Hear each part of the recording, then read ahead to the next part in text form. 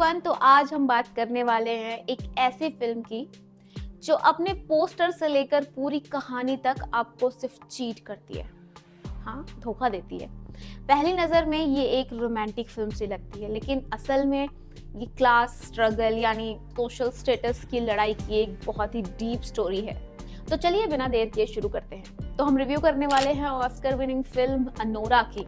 ये फिल्म कई अलग अलग पोस्टर्स के साथ रिलीज हुई थी, लेकिन ज्यादातर पोस्टर इसे रोमांटिक कॉमेडी जैसा दिखाते थे। पहली झलक में आपको ऐसा लगेगा कि ये द नोटबुक, प्रिटी वुमेन या हैरी मेट सैली जैसी कोई रोमांटिक कहानी होगी, लेकिन फिल्म का मिड पॉइंट आते ही ये पूरी तरह से बदल जाती है। तो अब फिल्म की स्टोरी पर बात कर लेते हैं। फिल्म की एक्ट्रेस अनोरा, जो अपना नाम सबको एनी बताती हैं, वो एक स्ट्रिपर है।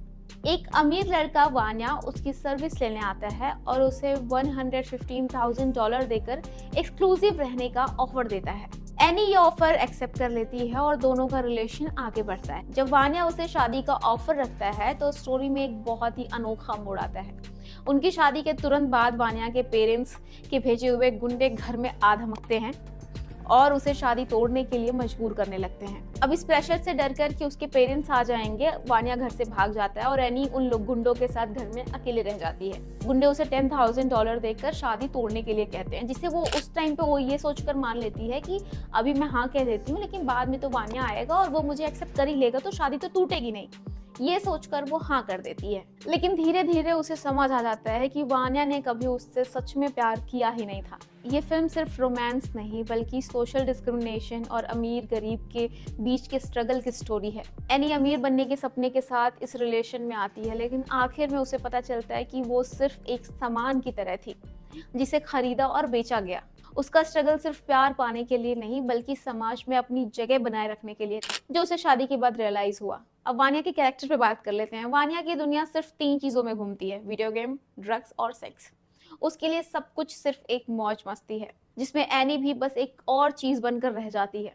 लेकिन मजे की बात यह है कि फिल्म में एक और इंटरेस्टिंग कैरेक्टर है। फिल्म में एक दूसरी कहानी भी छिपी है जो एनी और इगोर के बीच की है। इगोर, जो उन गुंडों में से एक है जो वान्या के पेरेंट्स के लिए काम करता है, वो इकलौता एक कैरेक्टर था जो गुंडा था, लेकिन वो एनी की कंडीशन को समझ रहा था।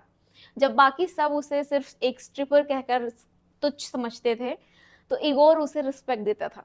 आखिर में जब इगोर एनी को उसकी टूटी हुई शादी की रिंग लौटाता है, तो हमें ये रियलाइज होता है कि वो उसे वही इज्जत दे रहा था जो बाकी दुनिया ने उससे छीन लिया था। फिल्म के अंत में जब एनी इगोर के सामने अपने इमोशंस को रोक नहीं पाती और बिल्कुल टूट कर रोने लगती है, तो हमें उसकी असली सच्चाई दिखती है। ये सिर्फ एक अमीर गरीब की कहानी नहीं बल्कि एक औरत के स्ट्रगल की भी कहानी है, जो अपनी आइडेंटिटी और रिस्पेक्ट पाने के लिए लड़ रही है। तो अगर आपने बहुत समय से कोई बहुत ही डिसेंट सी मूवी नहीं देखी है जो thriller, horror, love story, comedy से हटकर हो, तो आप डेफिनेटली ये मूवी देख सकते हैं। तो मुझे तो बहुत अच्छी लगी। अगर आप मेरा पर्सनल ओपिनियन जानना चाहते हो तो ये फिल्म बहुत अच्छी है। मतलब आप जब इसे देखना शुरू करोगे, आपकी जो भी थॉट प्रोसेस में, मतलब जो भी सोच रहे हो कि आगे ऐसा होगा, वो बिल्कुल नहीं होगा। एक पॉइंट शायद आप मतलब समझ सकते हो और थोड़ा प्रिडिक्ट कर सकते हो कि आगे ऐसा होगा। इगोर का जो कैरेक्टर है उसको लेकर आप थोड़ी सी प्रिडिक्शन कर सकते हो, लेकिन बाकी चीजें आप बिल्कुल भी नहीं सोचे रहोगे कि ऐसा कुछ होने वाला है इस फिल्म में। अगर हम फिल्म के एक्टर्स की बात करें तो कोई तोड़ ही नहीं है भैया, मतलब एक से बढ़कर एक एक्टर। और अनोरा का जो कैरेक्टर है उसका तो कोई जवाब ही नहीं है। मतलब उनकी मेहनत साफ दिख रही है इस फिल्म में कि उन्होंने कितनी मेहनत की होगी, और जिस जिस तरह की सीन्स आप देखेंगे उनको करते हुए, वो सब उन्होंने पहली बार प्ले किया है इस तरह का कुछ भी। तो मतलब आप सोचिए कि उन्होंने अपना लेवल, सीखने का जो लेवल है वो कितना बढ़ाया होगा, वो दायरा कि इतनी बेहतरीन तरीके से उन्होंने हर एक चीज उसमें प्ले की हुई है। जो भी उन्होंने किया, आप जब मूवी देखोगे तो आपको पता चलेगा। तो ऑस्कर विनिंग मूवी है भाई, तो थोड़ी रिस्पेक्ट तो बनती है इस फिल्म के लिए कि आप देखो और मुझे रिव्यू दो कि आपको ये फिल्म कैसी लगी और मैंने सजेस्ट किया था अच्छा कि नहीं। पर ये फिल्म आपको सोचने पर मजबूर तो कर देगी 101%। तो देखकर मुझे जरूर बताएं कि आपको कैसी लगी। ओके, तो see in the next video, bye bye.